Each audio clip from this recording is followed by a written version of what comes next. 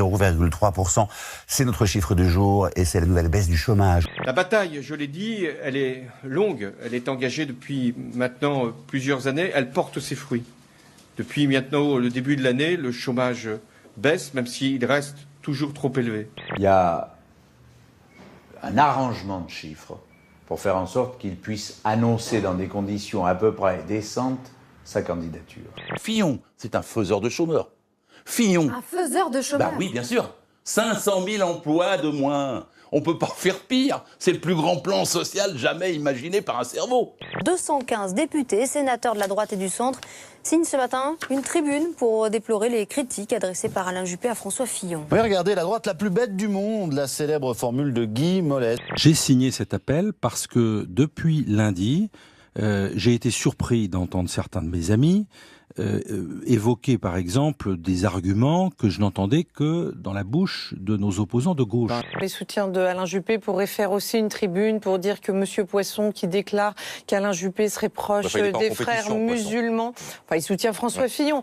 Ouais. C'est des attaques extrêmement graves. Vous le reconnaissez, Alain Juppé en bad boy depuis 4 jours Une campagne d'entre-tours, c'est forcément plus frontal. Je voudrais poser une question à François pour que là aussi il clarifie un point. Je le dis sans agressivité. J'espère qu'il ne prendra pas ainsi. J'ai cru comprendre que dans la fonction publique, il voulait passer aux 39 heures dès 2017 et avec un salaire correspondant à 37 heures. On va pointer nos avantages, on va regarder évidemment les différences qu'il peut y avoir avec François Fillon, mais on se prépare en toute sérénité. Ce n'est pas juste, on ne peut pas demander à des fonctionnaires de travailler plus pour gagner moins. Là, c'est un point très important. C'est un point fondamental, parce que ça veut dire en fait qu'Alain Juppé ne veut pas vraiment changer les choses. Vous allez voir le François Fillon que vous avez vu pendant des mois. C'est le même, il ne change pas. Il a une constance qui est en quelque sorte sa marque de fabrique. Une officine qui s'appelle Riposte laïque a participé à cette campagne absolument odieuse. Il me semble que j'ai lu aussi qu'elle te soutenait, cette officine. Et je te pose la question. Est-ce que c'est le cas? Est-ce que tu la condamnes?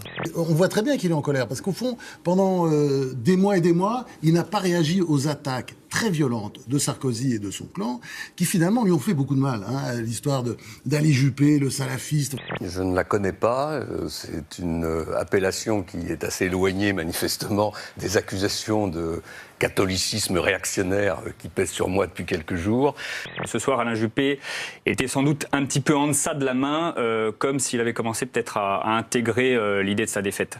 Quand je me fais traiter d'homophobe tous les matins, je n'ai pas entendu non plus prendre la parole pour assurer ma défense. Voilà, chacun est grand et s'occupe de ses affaires. Images pour bien se rendre compte qu'ils viennent de Haute-Corse, tournées par les équipes de France 3 ou par des amateurs. Regardez, les voitures sont emportées, la pluie qui forme des torrents. Certains se réfugient au premier étage du parking, juste à temps, car l'eau boueuse monte brutalement,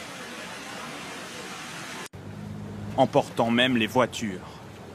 À l'étranger, aux États-Unis, on s'apprête à célébrer Thanksgiving. C'est aussi l'occasion pour le président élu de prononcer un discours. Et Donald Trump en a profité pour faire passer un message. Il a appelé les Américains à l'unité après la longue et douloureuse campagne électorale qui vient de s'achever dans un climat tendu. Barack Obama a accordé sa toute dernière grâce présidentielle à une dinde. Cette cérémonie traditionnelle dans les jardins de la Maison-Blanche précède la fête de Thanksgiving, célébrée le dernier jeudi de novembre et au cours de laquelle plus de 45 millions de dindes sont consommées à travers les États-Unis.